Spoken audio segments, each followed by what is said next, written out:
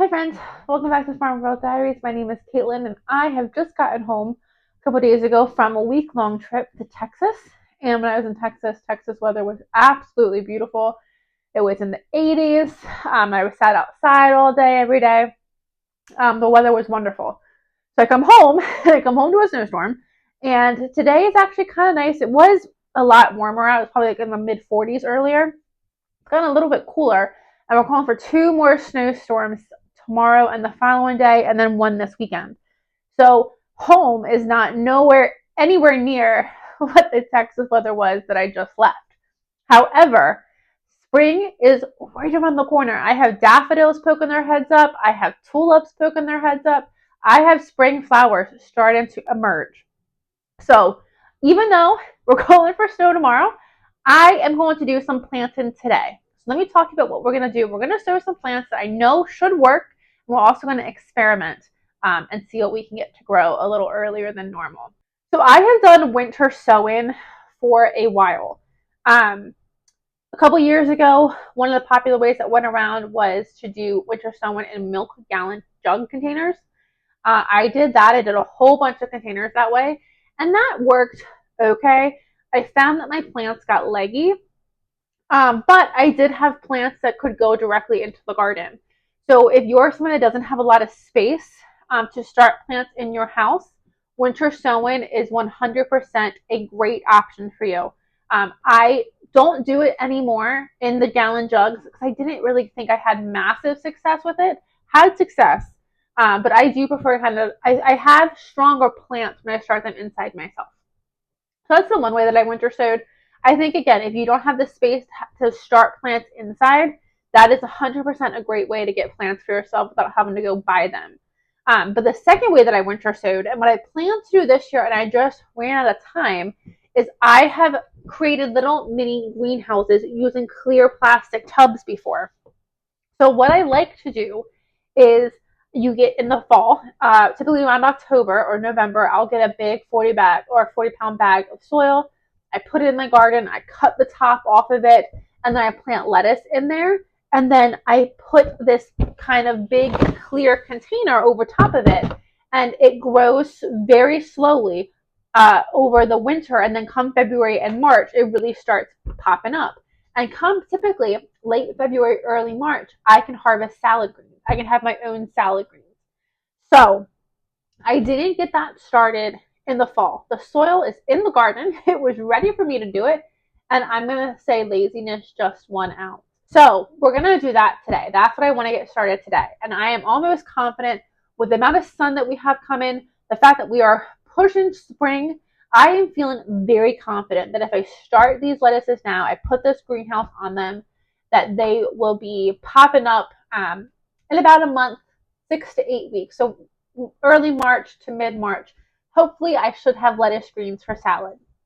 Um, I was telling my friend that I was going to do this today, and he said, "Well, aren't you concerned we're getting snow?" With the greenhouse, first of all, with the greenhouse, it does trap in the sun during the day, and then at night it is going to get cold. So that brings me to my second experiment. There are plants that are more cold hardy than others, meaning they can survive the colder temps and they can even survive a little bit of a frost.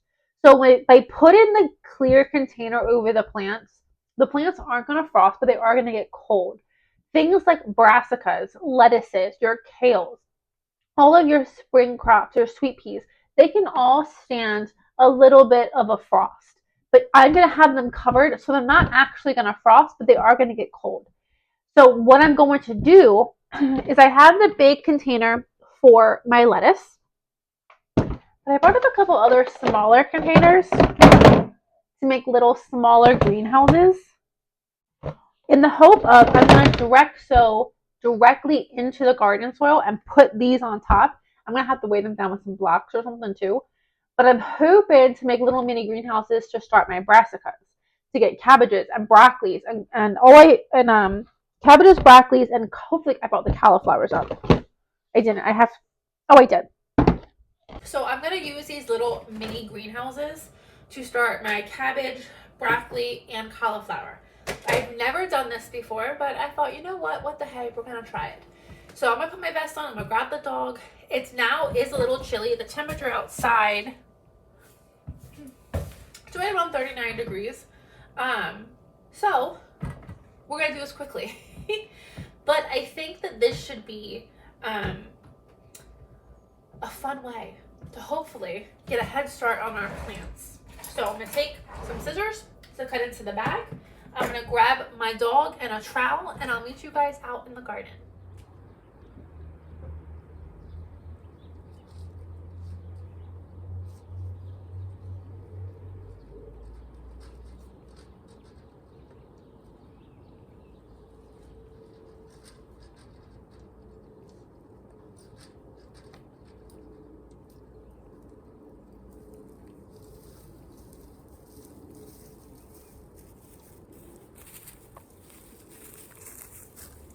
So here is the bag that I fully intended to start in the fall.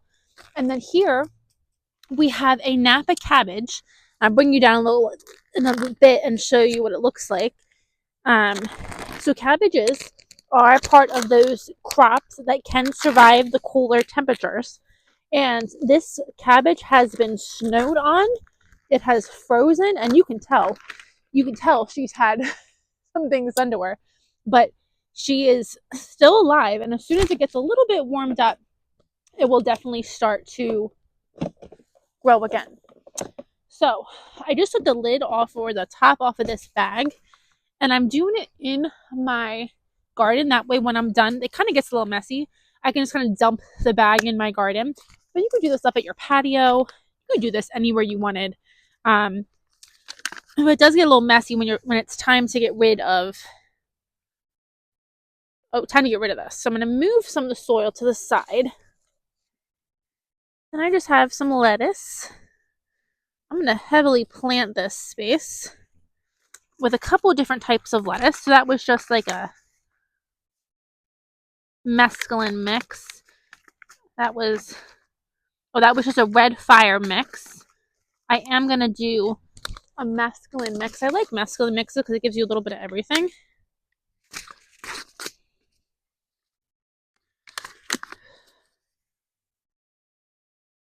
So I'm just going to kind of get that spread out and then cover it. My soil is it's moist. I think it's the perfect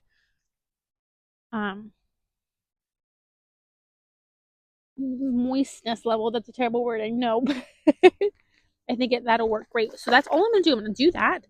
Because it's moist, I don't need to water it. And I'm just going to put that lid down right on top. Okay, now I'm going to work just as fast with these other few sections. Here in the sun, it's not bad at all. But I'm just going to move some of my straw out of the way. This is going to be my brassica bed for this year. And I'm going to plant these starts kind of close together with the intention that I'm going to move them come spring. This is not going to be where they're going to live just because they will get so much bigger. But at least they'll get them a nice little start. So I think in this little location, I'm going to do some broccoli. Again, we're just going to kind of, this is an experiment. We'll see how this goes. Put a whole bunch of broccoli there. Forgot to keep out some dirt to top it with. Let me get a little bit more dirt. Okay. And then I'll put 2 containers there.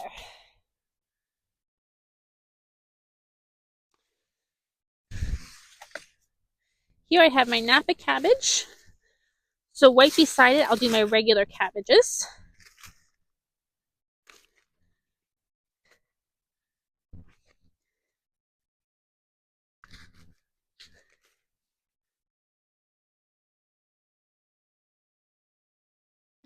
Keep some dirt out to cover them up with. Okay. I'm going to do flat Dutch plate. and then just cover them up.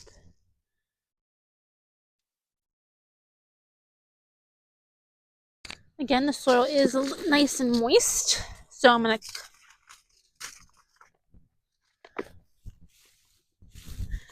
and then you can pack the straw around it to help keep the seeds warm.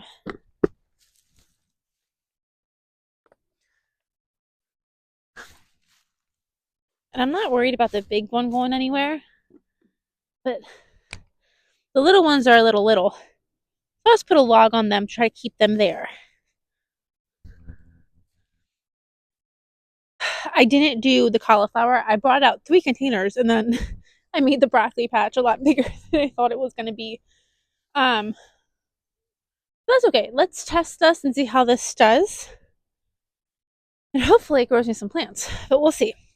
But I had the straw kind of tucked nice and tight around those containers. Hopefully it works.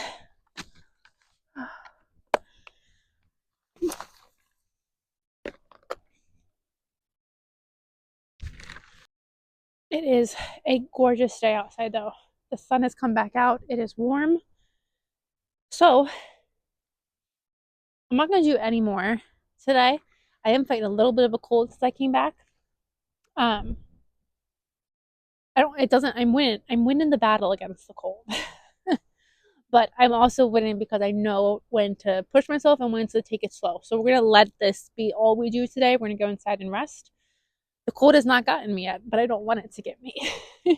But let me walk through and show you some of the things that I need to do yet. So we're in early February. So we have 2 months until the garden is in full swing. We have probably, hopefully, no more than 6 weeks until I'm actually planting out my broccoli and my cabbages. Right around Valentine's Day is when I start all of my spring plants. So we are inching up very quickly on garden season. But even though we're not fully there, I want to take advantage of these nice days because there's a lot that we can do right now while we wait for the actual garden season. So let's walk around and I'll show you all the other things that we are going to do on our other nice days when we're not fighting a cold. Okay. So this is one thing we really should be getting to today, and the laziness in me is winning. So these are, maybe over just a smidgen, show you. These are all asparagus fronds. So this is one of my asparagus beds. And you let the fronds go. So the asparagus comes in the spring. I have about a 2-week window for my asparagus.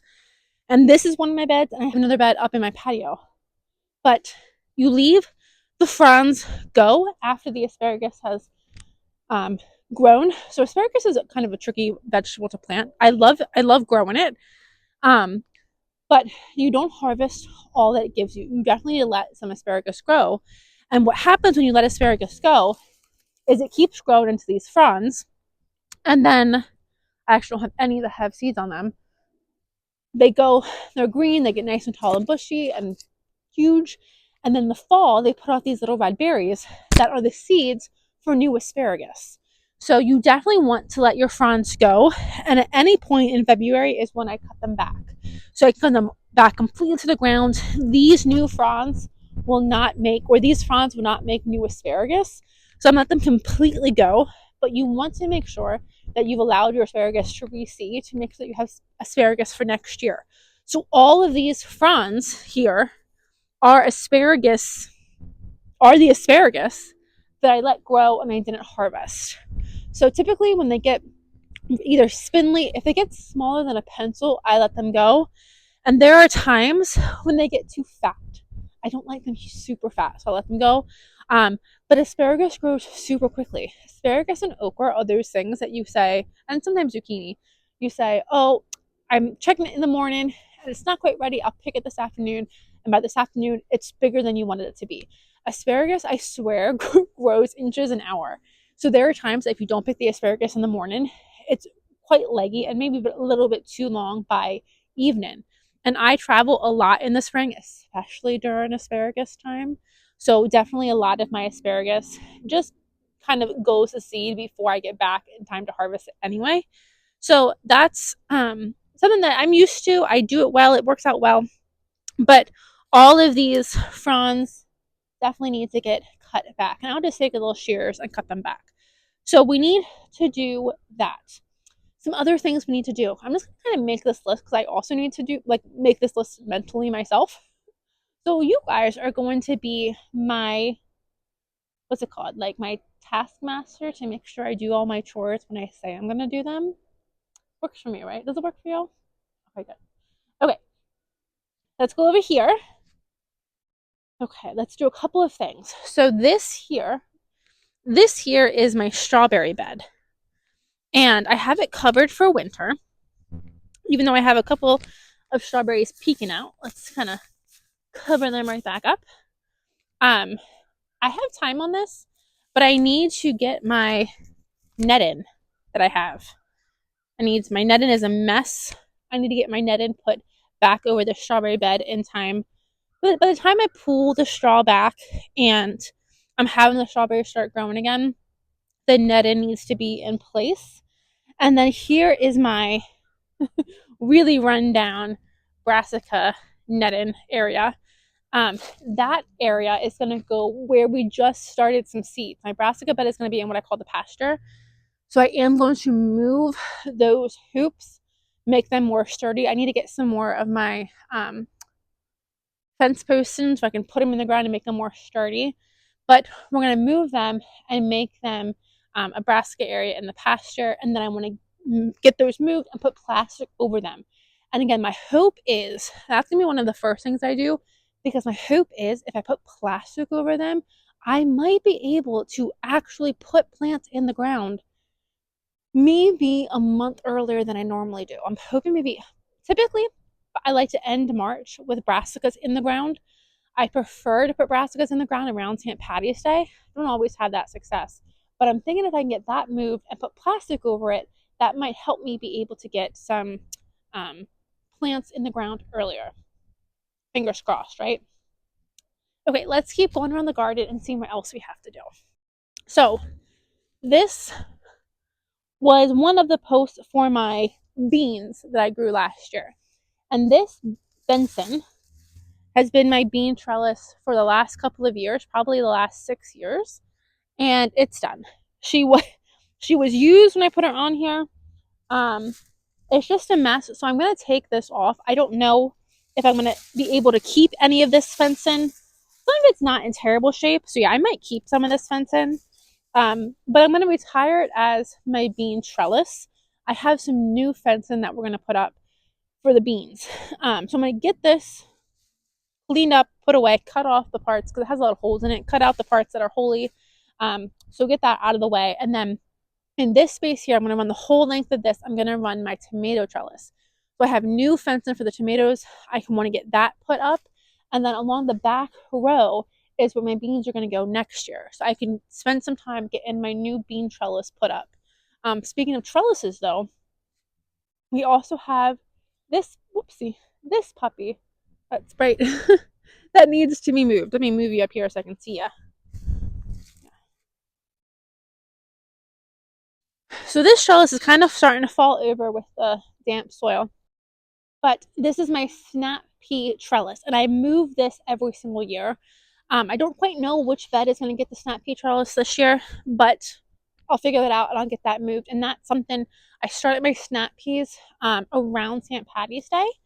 So that's something that I can move again any point, and that'll be ready for me to go when I'm ready to plant my snap peas. Okay, I think down here, that's largely the things I want to do before I start planting. I do have a couple of beds I want to rebuild. I have 2 beds I'm going to combine into one bed that's fallen apart. And I'm thinking about adding a new long bed along the back of the garden. I'm not quite sure if that's going to happen or not, but we'll see. But even though it's not garden season yet, it's definitely time that we can get some things done and get prepared for garden season. So it's a gorgeous day, but me and Sawyer are going to go inside. I'm going to rest for a little bit, and I'll see you guys the next time we're in the garden. Bye, friends.